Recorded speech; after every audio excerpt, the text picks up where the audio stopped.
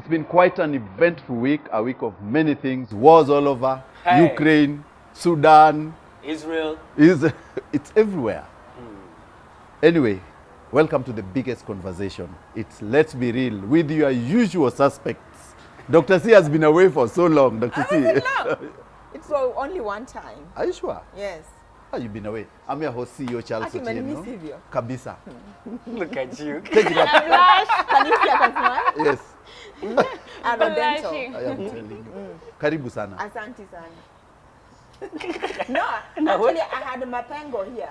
What do you mean? Oh, show off that smile. Show it off. Show it off. Show it off. Wow. Look at that. No, you said for almost 1 year I had that dent. Yes. So I went to this Arodental, Dr. Chege. Yes. That's part of the reason I didn't come on Friday. He was fitting this. A tooth, yeah. Welcome, so. Thank you. So it looks like from the way you've introduced, wars everywhere. So for those of us who read the Bible, it means we are in the last days. It means we need to go back to the Jesus, the wine business. I'm Dr. C, and I'm a winemaker, Samantha Wines, and I'm so happy to be back. I missed you too.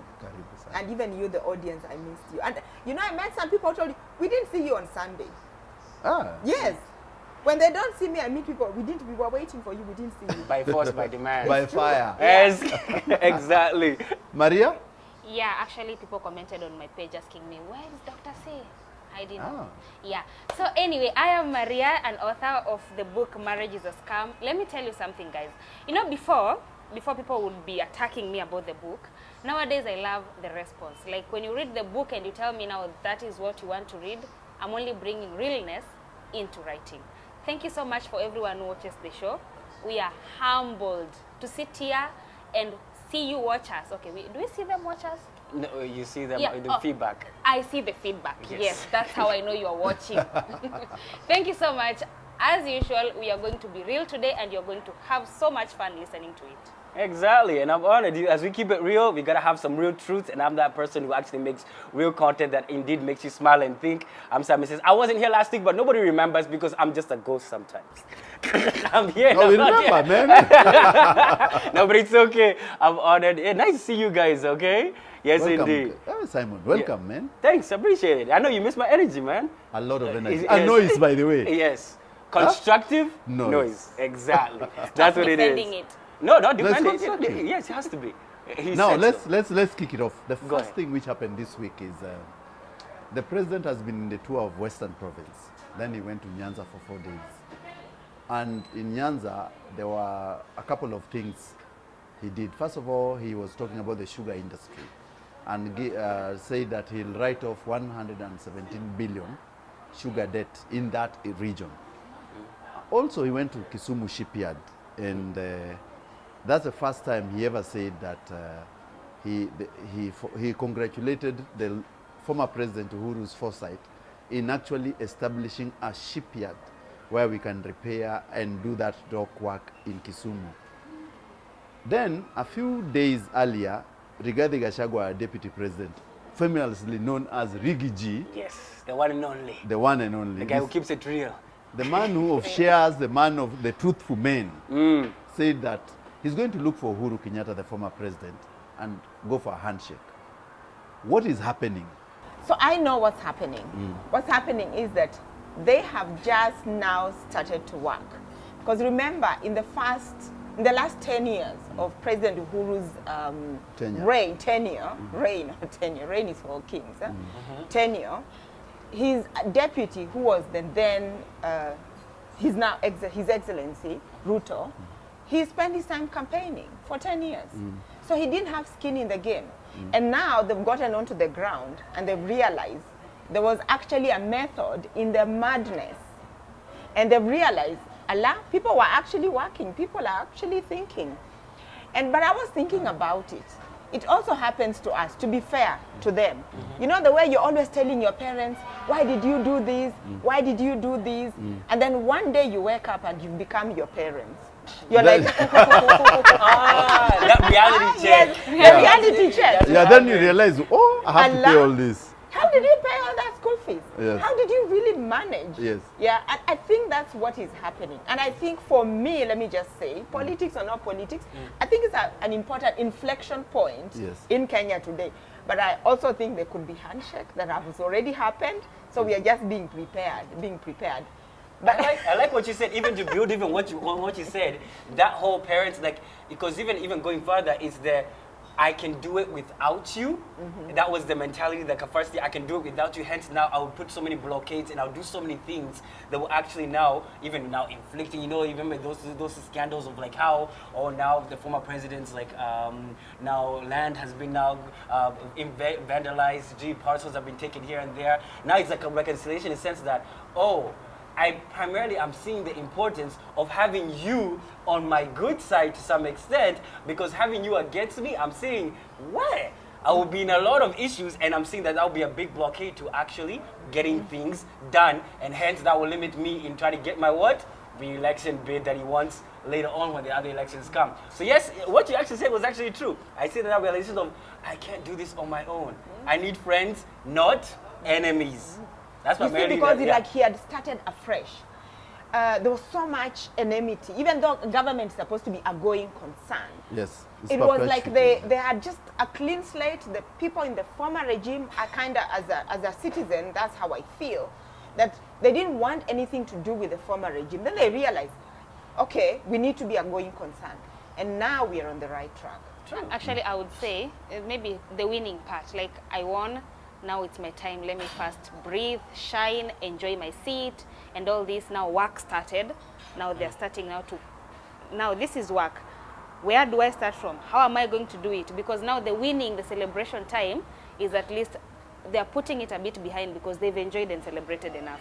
You know, celebrating with the past government would have been like, how would people know that I have won? It's me now. So they were planning to train us to understand I am the winner, but now let us now shuffle, shift, and then sit down and start working. So if it's working, anyone can come on board, including the former government, of which handshake might have happened because, you know, these people are friends out there. They're just political rivals, but as friends, they are friends out there. So what happens is that what I've learned in politics is that when you see the wars across East and Central Africa and the instability, Kenya remains a very important partner of the West. And when we are going to an election and our president is seen as a Western favorite. So what has happened is that Ruto has been elevated into that position where he's been told your job is to make sure that there's peace across the East and Central Africa by the Western powers. Now, coming back home, there's something which is called the talks in Bomas, which is going on. When you see the former Nigerian President Obasanjo coming to Kenya, I always tell Africans that whenever Obasanjo comes, whenever he comes to any country, just know he's been sent by the West. Oh, really? He's the errands boy. Wow, he's the West errand boy. Yes. How did you come to that conclusion? Yes. When Charles Taylor of Liberia was told to abdicate, the first person who was sent was the former President Obasanjo to Liberia. He refused. He was given an offer. The next time Ban Ki-moon came with the soldiers and he was overthrown.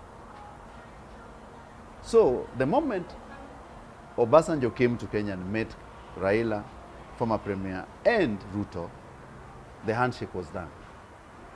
So what we are moving on is the methods of putting it to the public. Okay.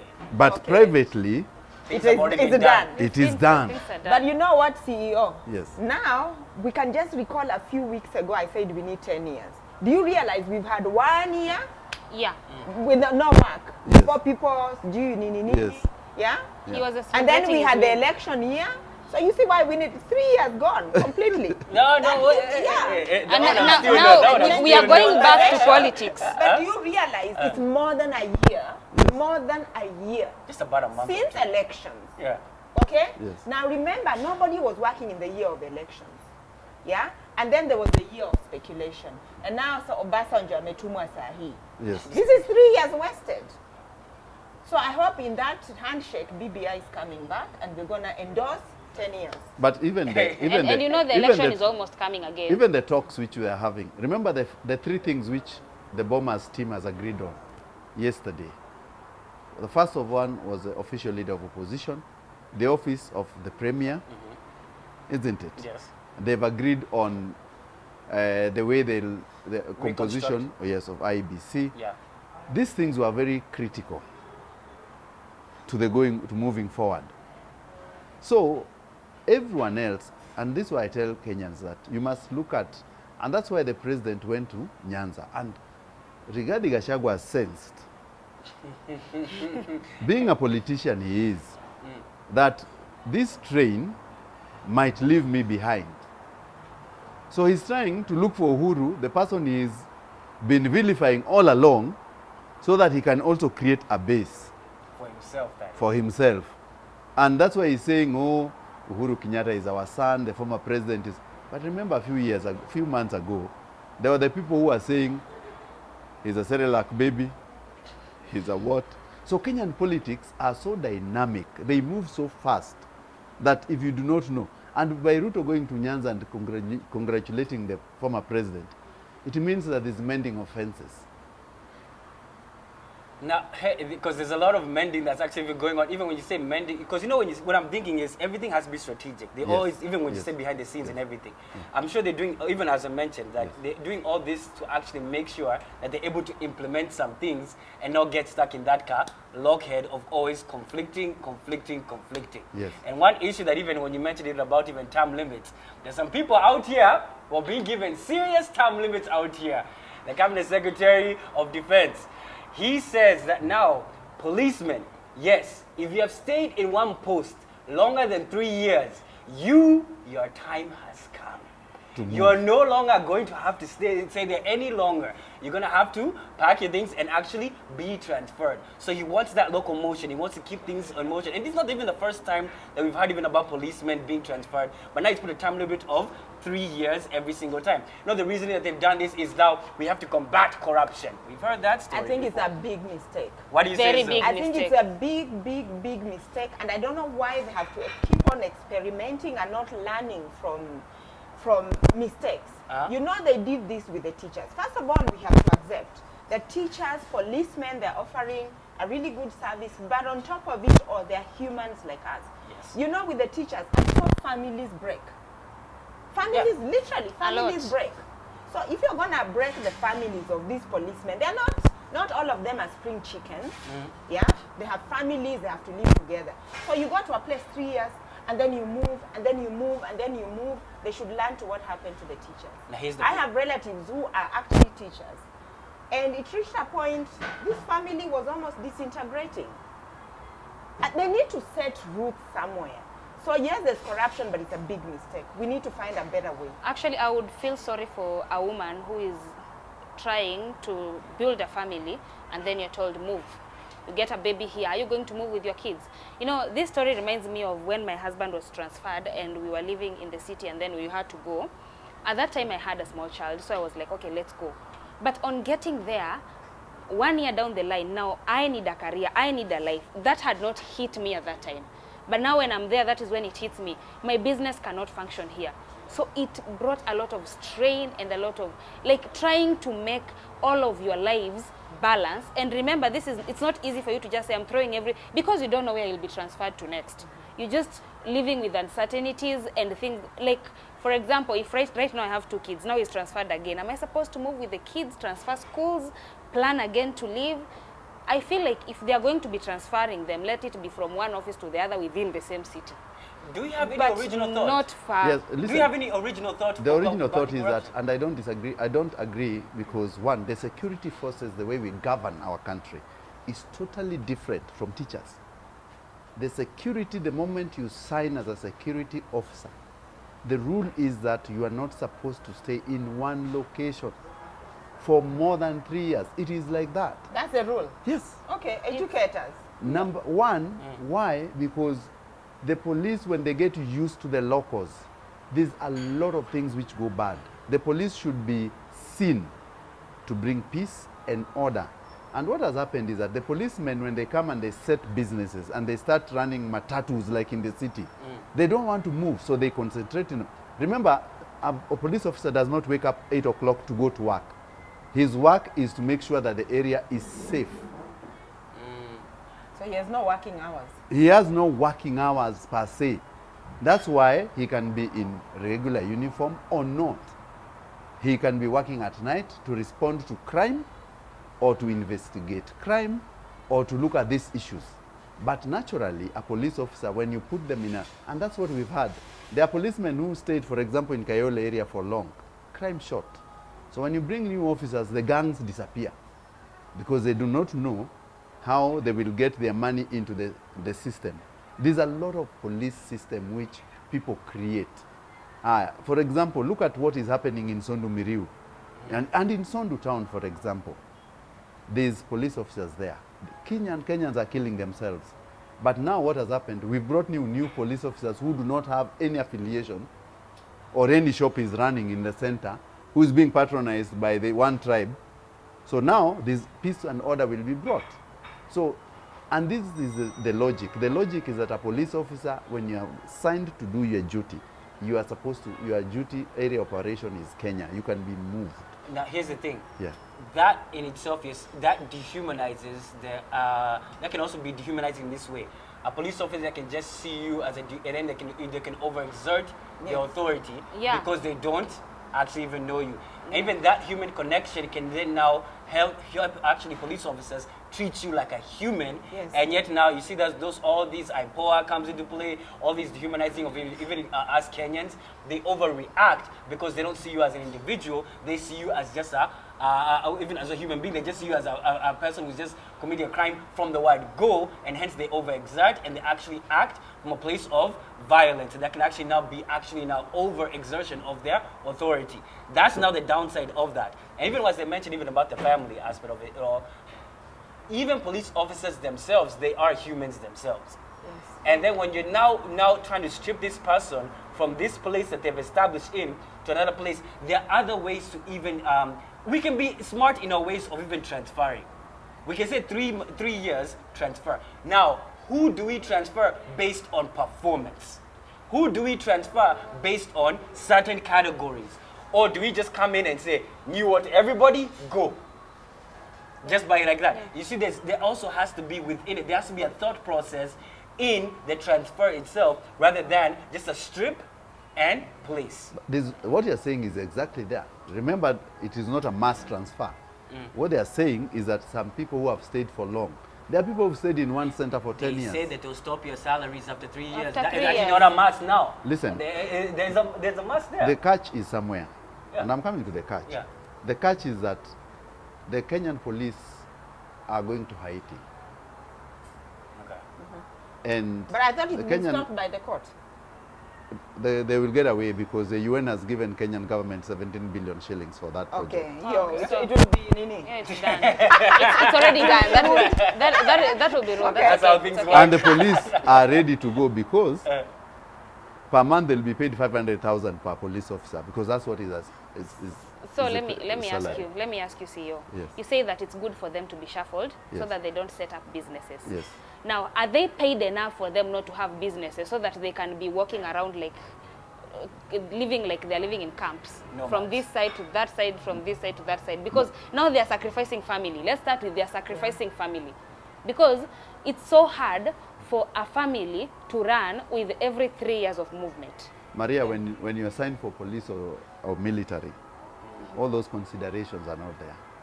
That's why. So they're not human. No, that is, when you want to be military, that's why they go to. Have you seen the way we train and how we get people into military service? By the way, I've undergone different. paramilitary training. Yes, it is not the way you are looking for a job. It is not. It is something else. It's different. Don't think the way you are going to apply. No. They come and it is equal distribution. They go to Kisii, they pick the people who qualify. The height, it is bias. The height, the slenderness, the teeth, all those things are considered, the physical attributes. So it is not the way you walk in and say you are short and you So can glad do. I'm short. Yeah. Anyway, talking of transfers, Yes. actually I have to agree with you, but it doesn't mean just because it's the law, laws can always be reviewed. Yes, it We can. need to restore humanity Yeah. in all these jobs. Yes. So, and we need to copy in terms of what are the other people doing from best examples now that we like the West. Anyway, talking of reshuffles and transferred. So in the same light, you know, there's been cabinet reshuffles. So it is perceived that if you're transferred, perhaps you are not performing. So should it be a transfer or should it just be a sacking with these cabinet reshuffles? Okay, to be honest, let them sack then, because it's like telling me that my child is not doing CBC in this school well, let me take them to the neighboring school to do the same syllabus to do well. No, if you are bad in this, you're going to be bad on the other, unless you are moved from a good one and taken to something that you don't have knowledge of. You see these transfers, it's more or less I view it like football. No, more or less, in the Transfer sense window. that it more or less is transfer. But then it's literally now, I view like it's even one team, because you have to view it like this way. Cabinet reshuffle, you're still one team. This is still Chelsea. This is still Arsenal. This is still one team. You're just moving a person from midfield, striker, just moving it in that way because you're strategizing. The goal is to score a goal for a certain objective. Now, I move you to a less prominent goal in less that you have, maybe I can just move you from here. You have less ability to affect my strategy moving forward.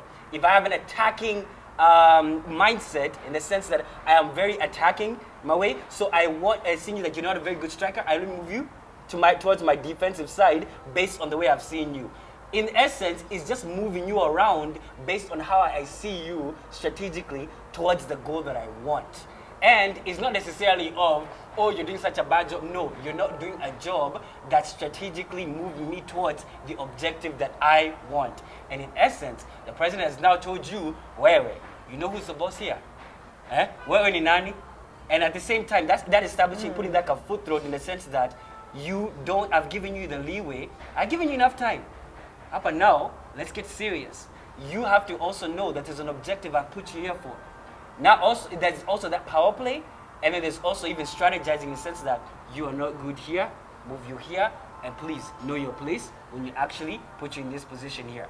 You thought that you were here for games upper, just because they gave you, because of political benefits of what happened in the elections. You will know who's the boss. And I think that's realistically every single cabinet reshuffle is not for the benefit of the average Kenyans, but then you should know that. It's for the benefit of the strategy set by the current government, and the head of state is now establishing his authority, putting his foot down and saying, Twende. But I thought, I don't know whether it was the constitution or that the people who are supposed to be in the cabinet positions are not supposed to be politicians. They're supposed to be technocrats. You see, if you're a technocrat, it means that you're actually working. And it's not, yes, we all know it's politics and it's kickbacks and all that, you know, this tribe, that tribe. We cannot say that it's not happening in terms of political kickbacks, isn't it? But we all know that these people actually don't work. Yeah. They don't work. They don't. And he No, has they don't work. He has already said that Because it's not for the benefit there are of people Kenyans. below you who are actually working. Your job is to go there and read a statement that has been. So I think that has been changed. Yeah, in the sense that they don't work. You think Namwamba was doing what? Which sports has he? What technocrat was he on? Like, they are not technocrats. It's about maybe you're there and I have to agree with you on some points, but also agree that some of them are not performing because they actually don't qualify to be in those offices. Or even if they do qualify, they have such a foul mouth, like Kuria. Moses Kuria is such a foul mouth that, hey, he's such a liability. But he's there for a reason. Yeah, so, but what do you think he's qualified for? But though I hear he's there for a reason. He's such a business, whatever reason it is, Yeah. I just think he should be fired. Yeah. You've been holding your tongue. There's I something know. that you've You know, I usually like him to speak last. You're thinking a lot. There's a lot that you have to say. But CEO, I like you to speak last because you always bring... You come with knowledge, encyclopedia. You have it all. wrap everything in a neat ball. You see, one of the reasons why the president had to do a reshuffle is that he went to the States, and one of our biggest partners is the America. And the Minister for Trade and Investments, my good friend Moses Kuria. By the way, Moses went to a very good school. He was in my former alma mater, Thika High School. You can go to a good school but come out very bad. No, he went to the University of Nairobi, perfect. Yeah. He's a great mind, by the way. Okay. The problem Moses has is how he puts his points across. As brutal, and sometimes, he's my friend, as careless. As in, there are things you don't tell the public. For example, you don't tell them that the oil will continue rise. It is true, he's saying a fact. Yeah. But the public does not want to hear it that way. So now, Moses had a problem with going to the US. When the president went to the US, Moses was not allowed to travel. America is one of our biggest partners in trade.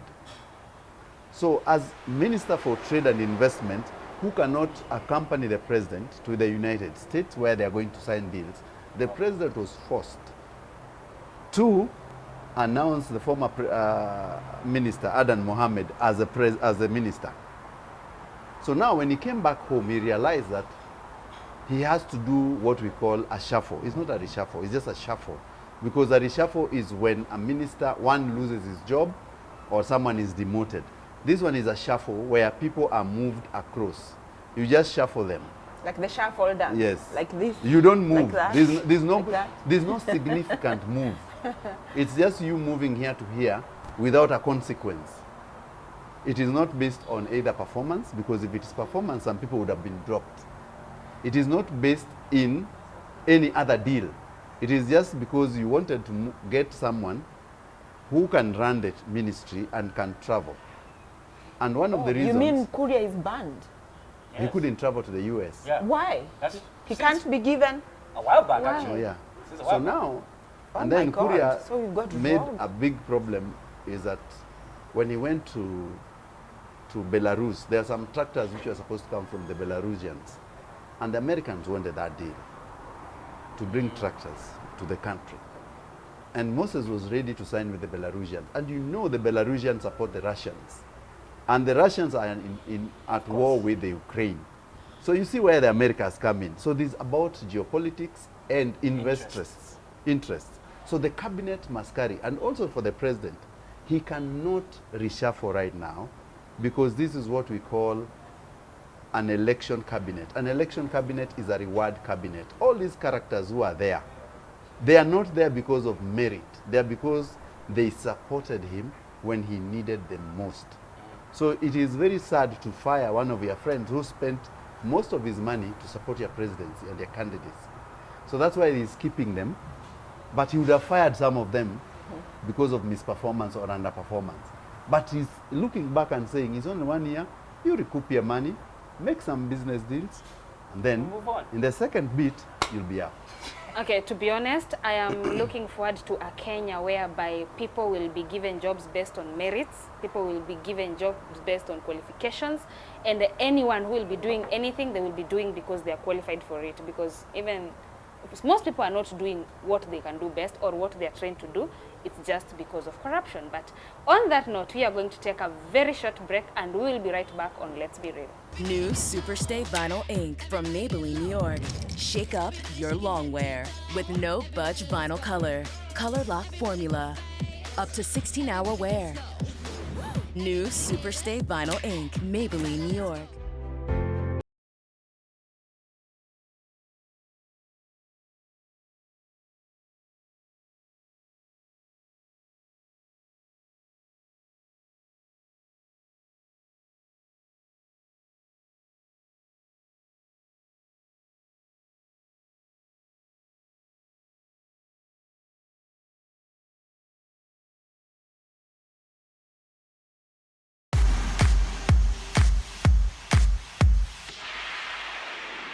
Welcome back. Of course, you've had the first part of this show. We've had a lot of discussions. Hey.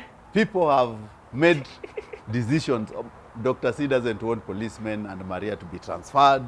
Others, it is issues. And of course, we've talked about Rigathi and Gachagua and of course the president. Now, in this second part, we bring you even more interesting conversations. Take it off, Maria. So, Kenyans just celebrated Utamaduni Day. Personally, I took my kids to their grandmother.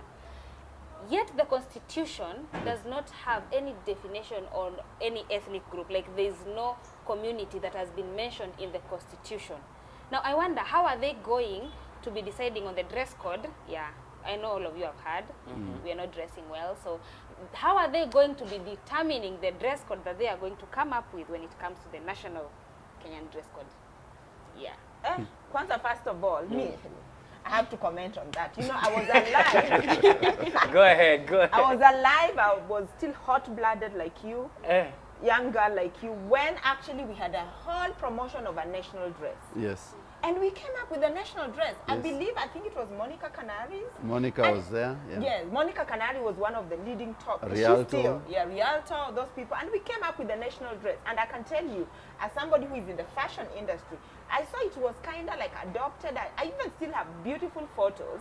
And what they did is that they tried to amalgamate all the tribes in Kenya.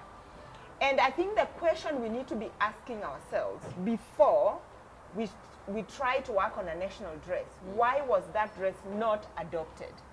Number one, why did people not adopt except only in weddings? Can I ask a question? Before, let me finish. Yeah, let me just finish on that. Secondly, to answer you before you ask this question, we are self-determining. Yeah? If the constitution does not provide for that, we can always add it. If we have decided we need another national dress, there's no problem with it. We can always self-determine. My question was, what was that dress? How did it look like? I'll have to give you the photos, but I can tell you it had some Maasai stuff. It had It's a some mix of Maasai, beads, yeah. some beads from all the tribes, and then it had these, and then there was the skirt choker, which you yeah. could tie up there. I have to show you the photos. I think I'll get some photos. Yeah. I have amazing, amazing, beautiful photos. But what I can say that having been there, they went through all the Tribes. the tribes. There was people who sat there who've been in books, who have learned the history of design and art. There's people who have learned history, who are traditionalists. Like it was a whole process.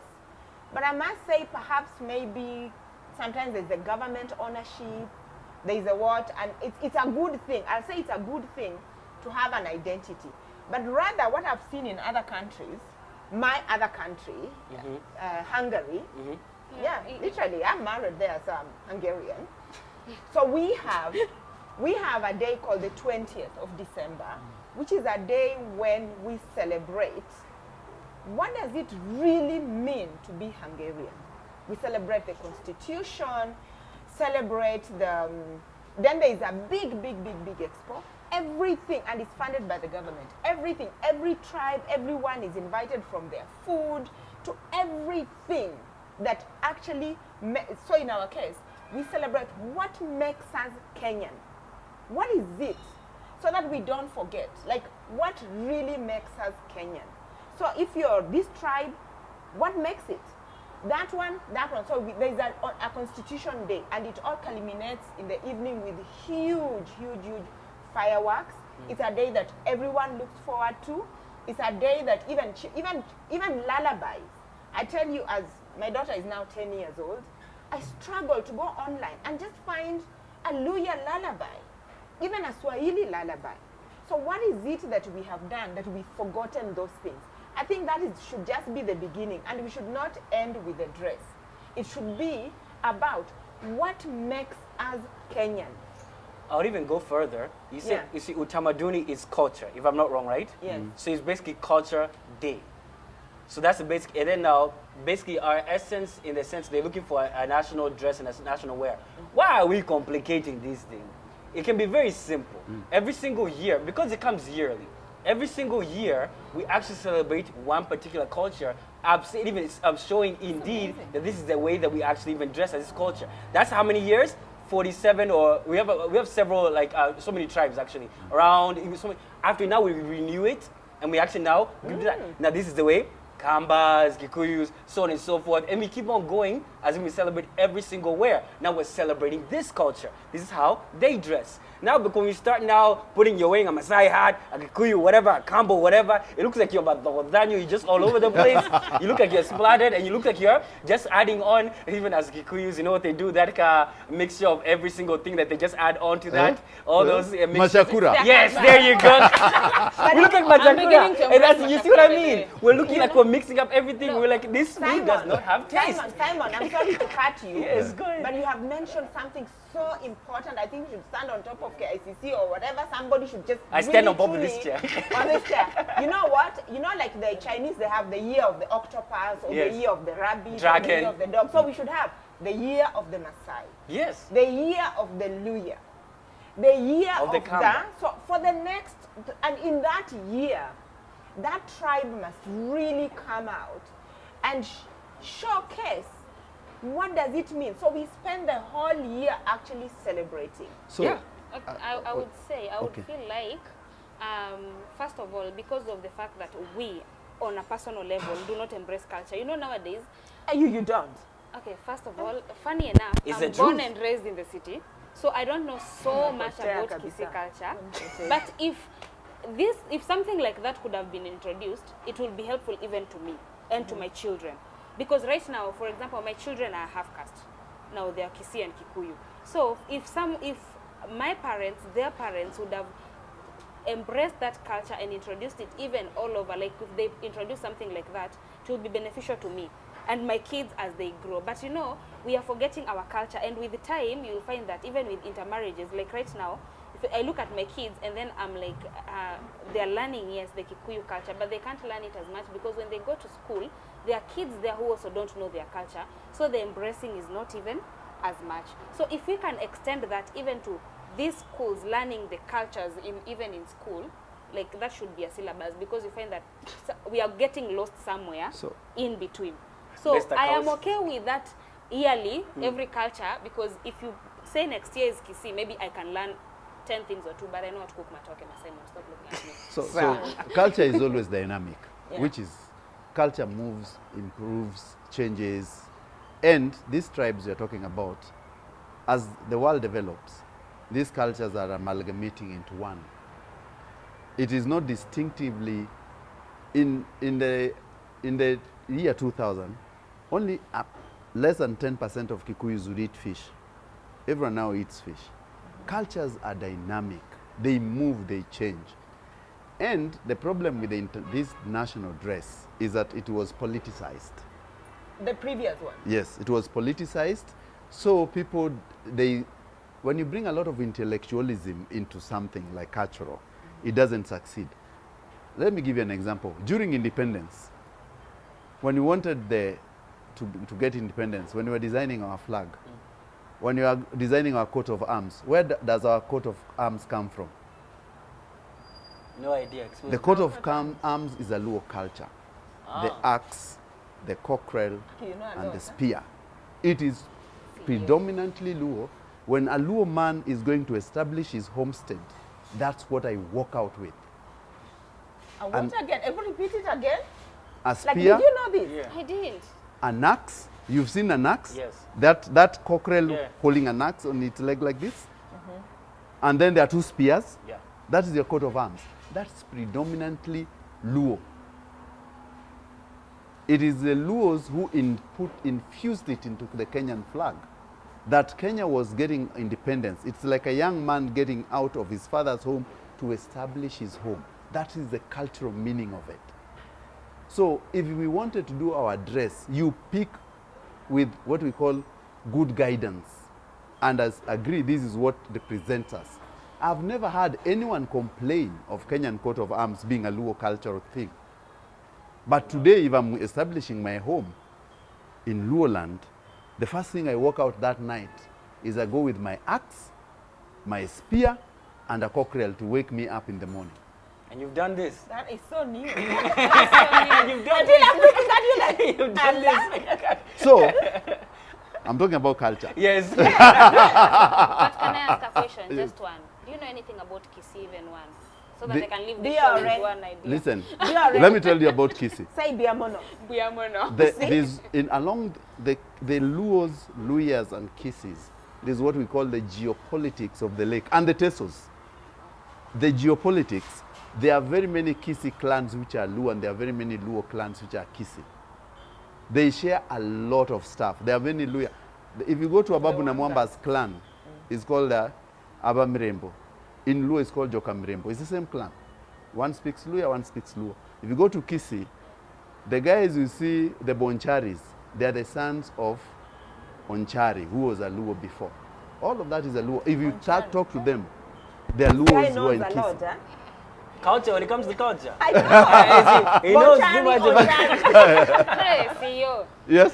But that's actually key. Even when it comes to that, even one thing I would say even about Utamaduni Day is that this can be a reflective moment for us Kenyans to put our cultures in a predominant place, in the sense that a lot of us young guys do not actually go out there and speak well of our own culture. Yes. We don't actually speak with a chest.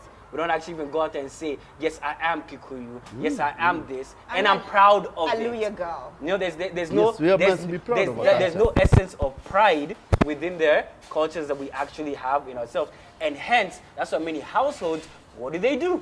They train their kids to speak predominantly in English and maybe Swahili, not necessarily their mother tongue. And they don't even know. And a lot of even the second generation, even I won't lie to you, our kids who do not even know their own mother tongue, because guess who doesn't know it fluently?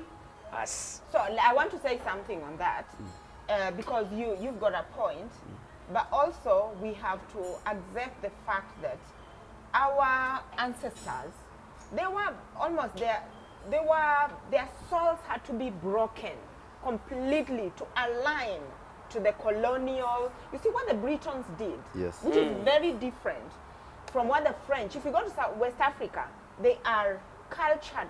The culture is very strong, but they have no infrastructure. You come to all the British colonies, there's infrastructure, but the first thing they had to do, one of the torture mechanisms the Britons used, was number one, to make you feel like to make you feel subhuman, to torture you, forget your culture. So we came up with these great parents who worshipped the white man and thought that everything of ours that was ours was actually, satanic. It had to be thrown. We just have to adopt the what?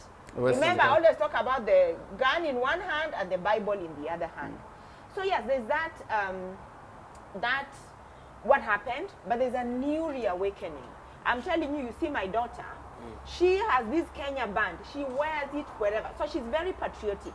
There's a young, some of the 16-year-olds, 18-year-olds who've been raised by a different generation of parents who are really owning the fact that this is our culture. For me, I can only talk about my parenting. Sometimes, you may think that it's tribalism or what. I only employ Isuha, Luya, Isuha, house managers. Why? And they have one job. You don't talk Swahili in this house. You don't talk English in this house. You only talk Luya. So I'll tell you, the first language written on my daughter's brain is Luya. Because I knew you can do Swahili up to PhD. She's even studying it. Where are you going to learn Luya? Especially Izuha. Where is Suha? And she must talk Isuha na Kuromola. That's how Isuha can talk. For me, I'm so proud of being Isuha. I am I think I'm the proudest Isuha girl. If I hear you can talk my language, we start to talk immediately. But also this tribalism thing. Some people are scared of even talking their own tribe because other people then interpret you're being tribalistic. But we have to find a way when we can evolve and celebrate our individualisticness, and then so that we can celebrate the whole nation.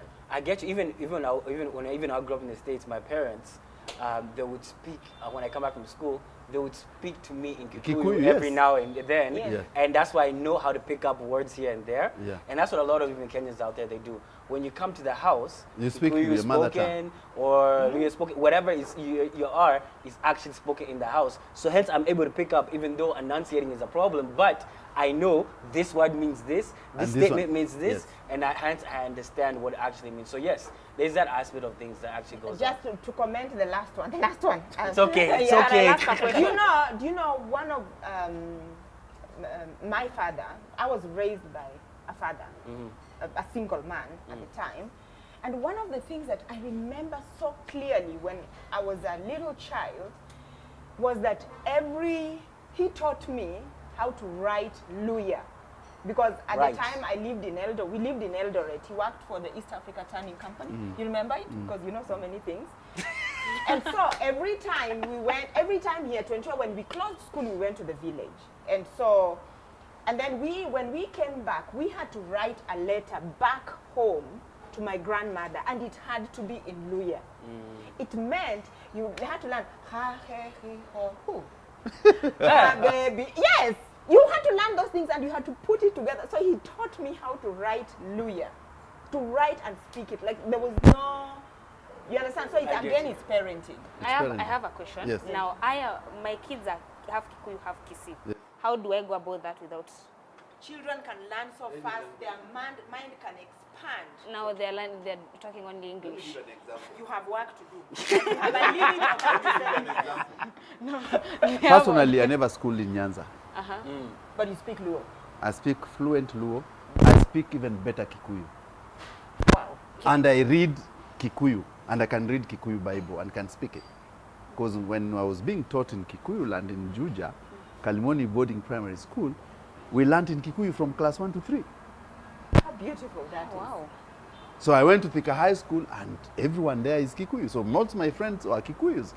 So, but I understand my culture. I understand Kikuyu culture throughout, because it's part of my culture as well. So what I'm trying to say is that a child is, first of all, environment determines how he grows up. Yeah. And secondly, how you inculcate these cultural aspects. Yeah. That's key. Yes, you have work to do, my dear. I have work to do. And when we meet next, tell us what progress have you done towards? By the way, so I should ignore Kiswahili. By the way, because he Luanda doesn't know Magere Swahili. was Kisii. He doesn't know Swahili. He Luanda only Magere knows was the word Yes. kula. Luanda wa Magere. Only. The Luo hero Luanda Magere was Kisii. He was Wow. Yes, Luanda I'll Magere try. was Kisii. I will try. Because the only Not word he try. knows right now is There's no kula. trying. Not trying. Like you must do. You owe it. I You owe need it to the society. to Like teach you my think you're child. speaking Kisii because of Hey. no, somebody tried. Not tried, somebody did. Did so you work. want to actually do. So when you're Ensure. asking, you don't know Kisii, let me tell you one prominent Kisii. The Luo Luanda Magere is actually a Kisii. Wow, I'm going to brag. And you The should. Luo, because it comes from a clan, the Sido clan was a Kisis. Kisis used to live in Kisumu. It's the Luos who drove them up. But the clan, the Sido clan, is a Kisii clan in Luo. They are Luonized Kisis. Where can we find this information? Yes. You read in my book. My book is just about to be out. Oh my Please. goodness! I'm just Sir, gonna. and nice Sign the first copy to me. Sign. That is amazing. My book is just about to be out. That is impact. I'm writing a book also which has the Kikuyus. The Kikuyus came to Kenya as Tagishu. There's nothing like Kikuyu. Wow. Wow. Tagishu. Tagishu. Tagishu means? The Eastern Bantus, when they came, it was are called Kikuyus a cocktail of people. It is not a tribe. That's why you find a tall, a short, a plump, a dark, a light. They're not homogeneous because some of them have Okapi, the Maasais, and Nyokavi is Okafi. That's a Maasai clan. It's just a Maasai predominantly. Then you have the Dorombos, the Gubas in Kikuyu land, and then you have the original Kikuyus there who came from Tagishu. That's one clan. That's what we call Kikuyu. Yeah, that's a lot of culture right there. I know. I'm curious. I feel like sitting down with you for you to tell me the entire story. But what's going on beyond our culture, Dr. C? Beyond here, what's going on? Beyond our culture. But I'm Now sure let's there's a talk lot about going on. other Beyond cultures. here, what's going on? Beyond our culture. Yes. This week, something really, really sad. There's lots of war. Ukraine, now last week. It was a very sad day, to tell you the truth. You know, I think Hamas attacked Israel when Israel least expected. When they least expected, there was a lot of casualties. In the beginning, it was reported about 1,000 people dead in one single day. And Netanyahu was quoted saying, in the history of the Israeli nation, founded in 1949, this means it's outside of the Auschwitz, outside of, because Auschwitz, 6 million people, Died, yes. Jews died. Yes. But since the Israeli nation was founded In 1948. 1948, Yes. oh, and by the way, you know, a lot of Kenyans don't know that Israel would have been in Kenya. It is, yes. It was quite, they actually wanted to offer part of Kenya and part of, The Haganah movement yeah. actually established between Kericho and Eldoret, and they came and even saw. But what made Israel not come to Kenya? First of all, are the Maasais. The Maasais, they said that the tribes in Kenya were so warlike, the Maasai spears would have driven them away. So the movement, the Haganah movement, and the founder said no. Ben Gurion. Ben Gurion said, let's take back to where we were. But actually, if you read Abraham Bloch's book, I have it in the car, The Abraham's people. It's The an Abraham's amazing people. book. If you read it, you'll find a whole chapter on the movement. Even Abraham Bloch came to Kenya, the owner of Bloch Hotels. He was coming to settle because he was coming to settle as a Jew, because the Jewish nation was supposed to be in Kenya, between Kericho and Eldoret. Huh? So now with this war, That's I think interesting. let's talk about it. Yeah. Yeah. This because even what I've seen, even by the fact that even what happened was Hamas, they actually did wage an attack. Now their perspective is this: they have there's been a lot of attacks even on their side of things, on the Palestinian side of things.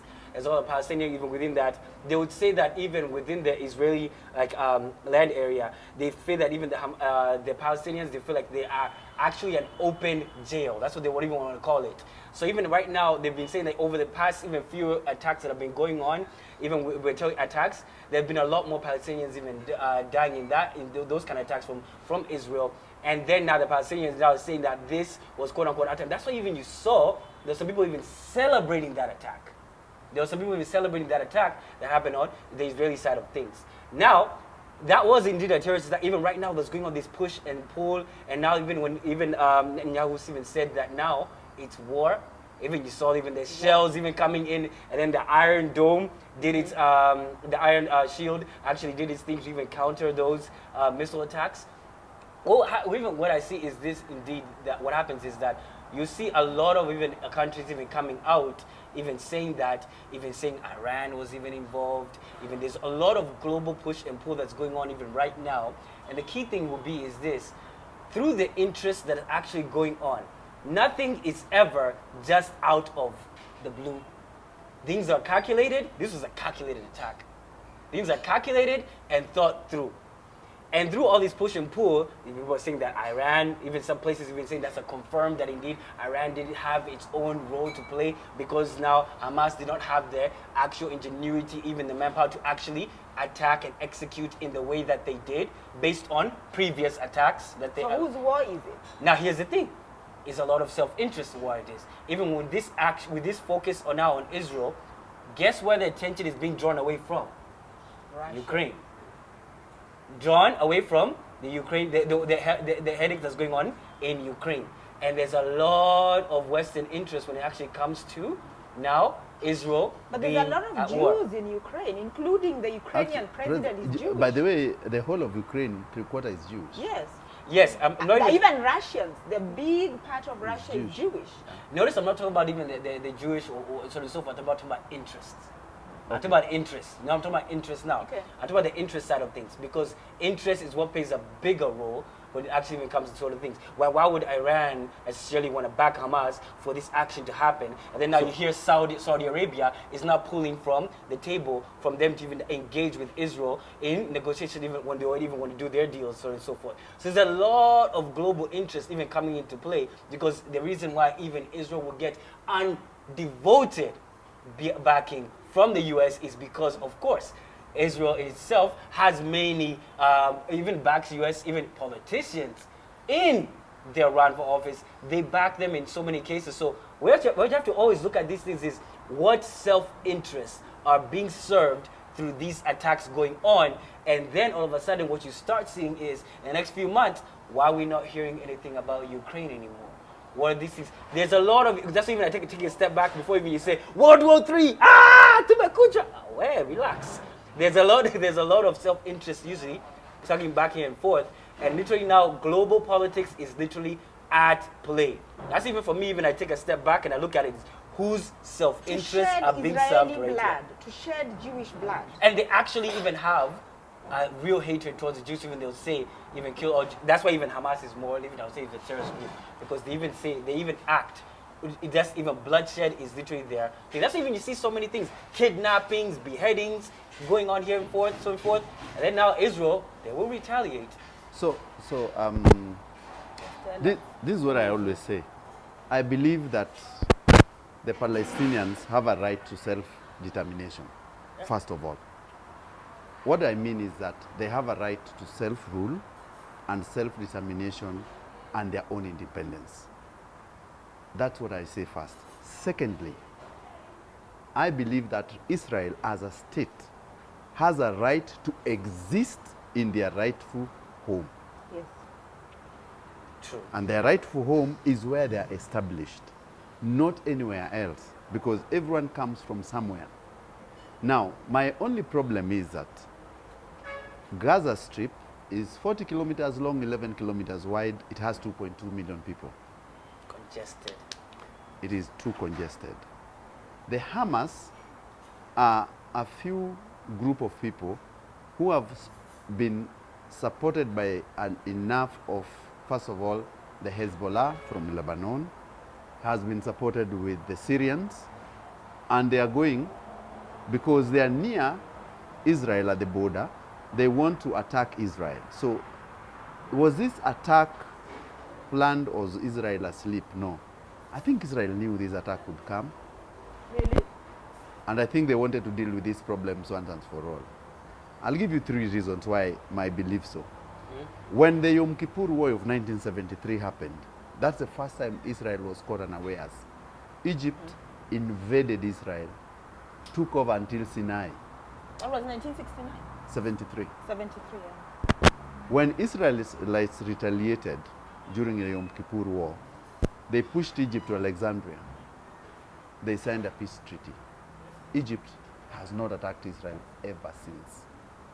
The Jordanians picked their war also. Their neighbors. The Israelis fought back. To date, they have a peace deal with the Jordanians. Jordanians are not part of this war. They learned their lesson. They learned their lesson. From God's people. Now, the third was, now the Hamas have come in and they let them in. And you see what they've done? They've cut off water. My problem with Israel is cutting off water, electricity. But what did they think? What did the Hamas think? Because the rules of engagement Yeah. the rules of engagement are, if you are in war, there are some things which you do not cut for people, like water, electricity, because they're kids. But the Hamas invited that themselves. And I agree with Hamas. They have right to self-determination. I've never refused for people to be self-determined, to get their independence, and to have their state. I support that, but not violently. But there's a difference, also differentiate when you're saying this, differentiate between Hamas and Palestinians. Yes. Differentiate that. I do. Or Hamas are not Palestinians. They're not That's- Palestinians. exactly. They're just, There's a difference, they're because military they're wing. Palestinians who stay within that Gaza Strip. And That's the they're majority. Palestinians in Israel, by the way. Yeah. There are even Palestinians, politicians in Israel. Remember that Israel is not a homogeneous state. There are Palestinians, politicians who sit in Knesset, even now. There are some areas in Palestine which has Israelis who live harmoniously with the Palestinians. It is the Hamas who are bringing, because remember the problem is Gaza. Gaza is, and I've given you the Yeah. physical Strip, area, yeah. it's just a small strip. But my issue is that the Israelis will use this war As retaliation. to disseminate, to first of all, to deal with the Syrian nuclear power. They will have to hit Syria really hard and Because Syria's idea is try and Lebanon, let's get these guys in, and then we see how we can attack. You mean Syria still fight? They're not sorting themselves out? But you have, Fighting back. honestly, they Yeah. have a lot to Like by now, such that's their enemy. But you know, this is how I've always felt when it comes to the Middle East. In the last couple of like 15 years, I love Obama. He's a son of the soil and all that. But I feel so that he was too busy doing this PR for the world that Syria would not be where it is. And the world would be a very different place. All these wars that are happening, if Obama had just listened. I do remember Bashir, he was begging. Like, you know, you guys, you don't know what he was suppressing a lot of things. And he asked, just help me for the next 2 years, yeah, so that we can have a peaceful election. But you know, like what happened in Libya? These people were so keen to have a war in Syria, yeah, and they did not help. So I just always feel so that this is the one thing I fault Obama with, that he should have intervened. At the time, he did not want to police the world, and that's why, to some extent, I was happy when Trump came in, because he said, no, we are going to police the world. We are going to be the head boy. We are going to teach the world. You understand? That we are America. I loved that about him. Because this world is full of evil. People just wake up and they just want to bomb children and women and just people, defenseless people. So if Bashir would have been helped at that time, that was 2011, 2010, when that war was just starting, the world would be a different place. Even the dollar would be maybe, you know, this oil we are paying expensively, these things would not be happening because the world needs to be policed. So after this war, of course, I think there will be many peace treaties, one of them with Saudi Arabia. Yes. This war will sort a lot of things in the Middle East. But must there be war? But war brings peace sometimes. Yeah, actually, it's sometimes... All is fair in love and in war. Yeah. So we need to fight. All is fair. Okay. Okay, fine. So we need to fight. I'm just saying. Wait, you want to say? I'm just saying that war, when you have that war, but my only problem is that, remember this war in Sudan. Sudan, Khartoum is a ghost town as we speak today. It's a ghost town. The people who have left Khartoum are in millions. People cannot find bread, people cannot do anything. But the world media has shifted their attention to Israel and forgotten completely about the war of generals in Sudan. And then, so Sudanese are now fighting on their own. They're killing each other without anyone going to help them. That's what happened to Rwanda genocide In silence. in 1994. People die and millions die without people sorting them out. So what am I saying? Africans must be very clever in which side they want to pick. Because this war in Congo, the president, Laurent Kabila. not Kabila, the new one. What's his name actually? I do not know the new president. You tell me. But he's I've forgotten his name. Yes, but the president of Congo, go ahead. I can just check. Yes, go ahead. The gentleman wants UNISOM out because there's the war in Congo, the M23 are fighting. And the Rwandese and the Ugandans, the soldiers who are there, are still getting out minerals. So he's not helping them. So we are saying, let's be our brother's keeper in Africa first. Before we start apportioning, Congo. the way our president is saying, oh, we are standing with, Kenya has always stood with Israel. We know for a Felix fact. Tshisekedi, yes. Gosh. Kenyans He's so have always, like, gosh. How has come we always- don't even know? No, The name is Tshisekedi long. Is the name is long. The son of, He needs to create more presence. no, he's a good man. He's a good man, but he clearly needs to get more presence. Like all of us couldn't remember names. Yeah. He's new. He's He's there. So But I get I it, think yeah. we end the show there. Or Or wait, there's because of all this stress, there's what we need a mental health break. Because of all these mental health issues that we actually get, where all these wars are giving us mental You health mean back issues. in the Jesus business? Hey, where you lose your hairline if you actually If I couldn't remember Felix Tshisekedi, I tell you. Relax, but seriously, just want to invite you even, literally we had, in October 10th, we had a mental health day worldwide. And literally now, it was a time where we actually now, the world even took time to say, okay, indeed, with all these issues are going worldwide, wars here, there, left, right, and center, even sometimes in our own households. The main issue is, we need times to actually now say that indeed people are indeed going through various issues like depression, anxiety, and others, even schizophrenia, and so many other issues. We need time to even now not only even put that highlight to these situations, even now putting it in means in ways that people can actually not only talk about them, but actually even highlighting ways that people can even solve them. Even one thing even I just want to ask is, even to you guys quickly as we probably show the final topic, is that even as we talk about mental health issues, this has been a predominant topic even the last ever since COVID. Ever since COVID became a very predominant thing. The main thing even I would even say is this. As we highlight the issues, oh, this person is going through depression and everything, are we also even highlighting the solutions that people even need to actively take? Because there's also been this common thing within even us, even young guys, even I've seen. It's actually a very, I don't know what it is, like someone's brandishing themselves like, I am going through depression. You're almost putting it out there as if it's a good thing to be going through depression. You see what I mean? That's the only caveat I would say. Yes, now we have reached the point at which it's not like bad to say that I'm going through depression, I'm going through anxiety, or this is something I'm going through. That's okay. But now the key thing is, what steps are you actively taking to get out of that state that you're actually in?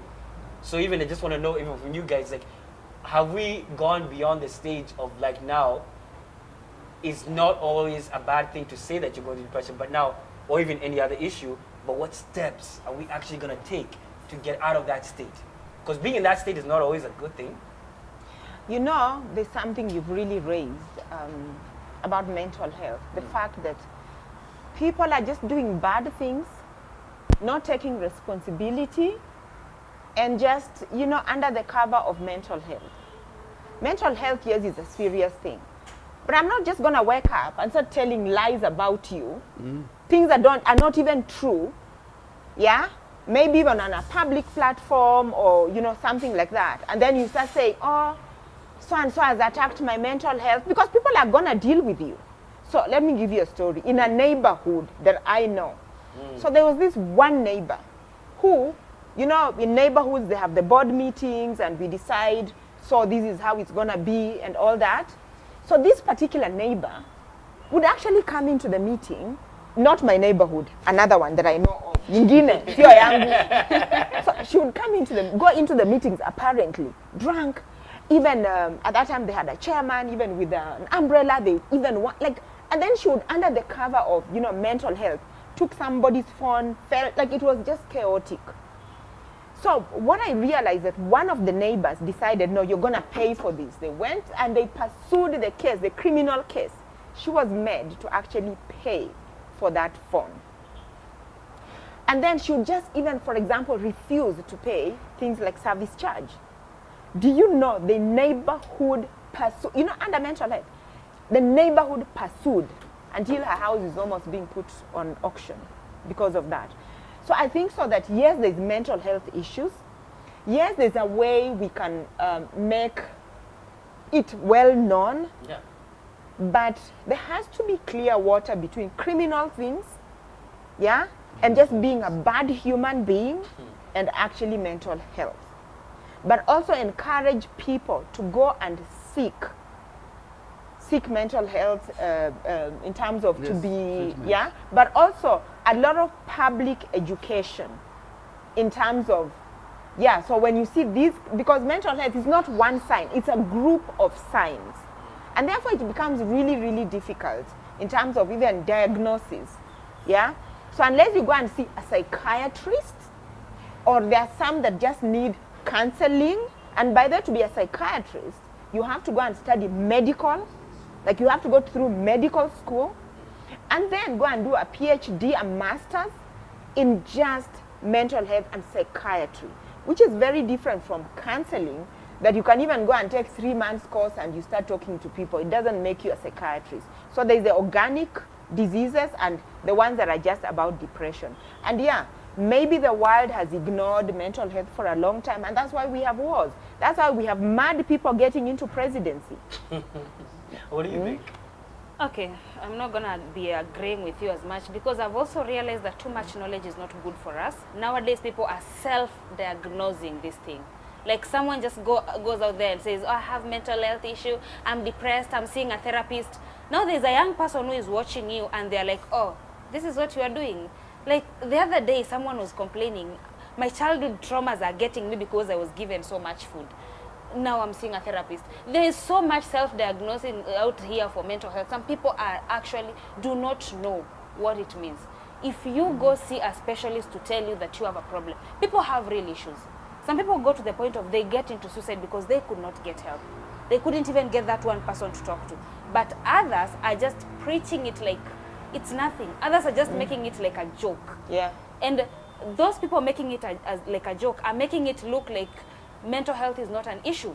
Because now someone who is going through it for real will feel like these are the steps I need to take, when in real sense you really do need help. Yeah. You really do need to be told what kind of problem you have and what you should do, and even the medication you should take, rather than listening to these people who are self-diagnosing themselves and telling themselves, I'm going through depression, I was told to do this, I'm going through therapy. Stop preaching your self-diagnosis to us.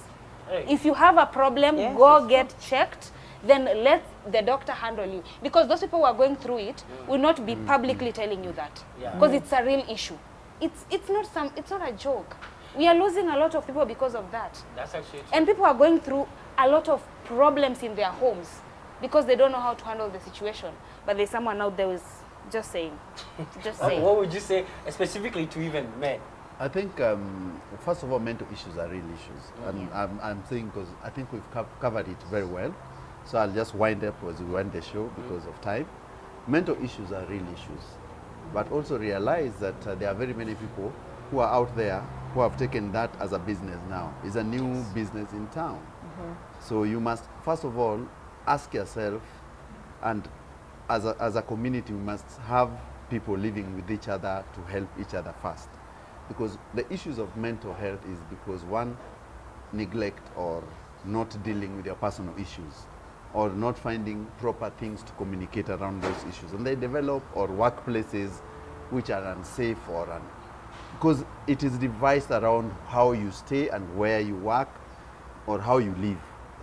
Even, let me just add on even before even you wrap up the show. Yes. One thing I would even say, even something that people can actively do for themselves. Yes. Don't rely on outward environment Yes. to cater to you. Your job, actually, one thing I would say is for you to have a healthy mental health. You can actually sit by yourself, in a room by yourself, and be mentally at peace so that you can actually be able to step out into the world and handle the noise. Not complain about the noise, but be able to handle it because mentally you've Yes. built an infrastructure for Yes. yourself to be able to handle the outside noise. I think that's the key thing that people should actually do. It is key because most people do not look inwards, they look They don't. outwards. They want to be seen as if they are doing well. So most of these things is because you put yourself in a position where you ask yourself, but Simon is doing so well, why am I doing so bad? Who told you someone is doing so well? But then who told you? Who told you? Yes. Okay, Are you not doing well? Probably his Are guy you not doing well? his Mercedes is on loan. yes. Yeah. You are walking. Yes. So you start stressing yourself. You know, we went to school together. He's driving a Mercedes. He's living in Karen. Just Yes. don't Me, I'm living in You just don't Umoja. know. My friend, Yeah. Those are- Coping mechanisms. you are bringing trouble onto yourself. Just live your life.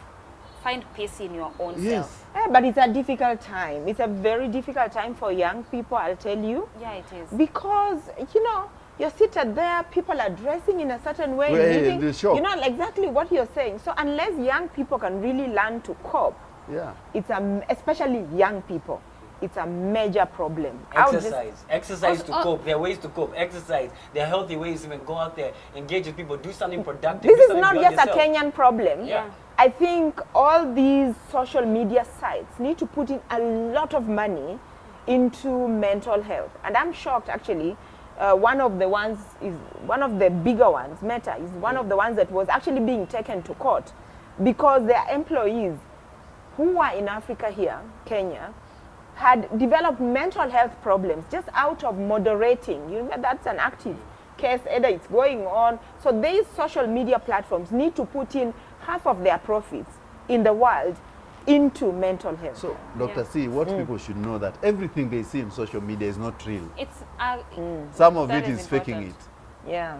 Not everyone eats chicken every day in their house. Yeah. So if you are seeing you're eating your skuma wiki and ugali, be at peace. And lick your fingers when Yes. you eat that ugali. Mwah, mwah, mwah. Yeah. The best way to look at social media, actually, let me Yes. the best way to look at social media is look at it like a program. Like people just set cameras to act a certain way, to look a certain way, to be a certain way. So when you go to that social media thinking that this is their life, you'll be shocked. Just don't. You'll be shocked. And it's true. Cheers to that, because I think we had a very interesting conversation. Of course, the Palestinians and the Israelis. Dr. C, you know, is an Israeli. Well, my I have my half of the family. Is Jewish. Yes. But Africans should know that all Israelis are not Christians. Oh yeah, Yeah, actually so they are don't- the ones who, there are some who chose actually not to practice the religion, they because don't. which God is this Yeah. who can allow his children to go through, you know, and they choose not to practice. They don't practice Yeah. Christianity. It has been a very interesting show. Of course, Simon with his energy, Maria with his wisecracks. Dr. C, today you're on fire. Am I? Yeah. Am I on fire? Yeah. Yeah. It's let's This be girl is on real. fire. See you next week. See you next week.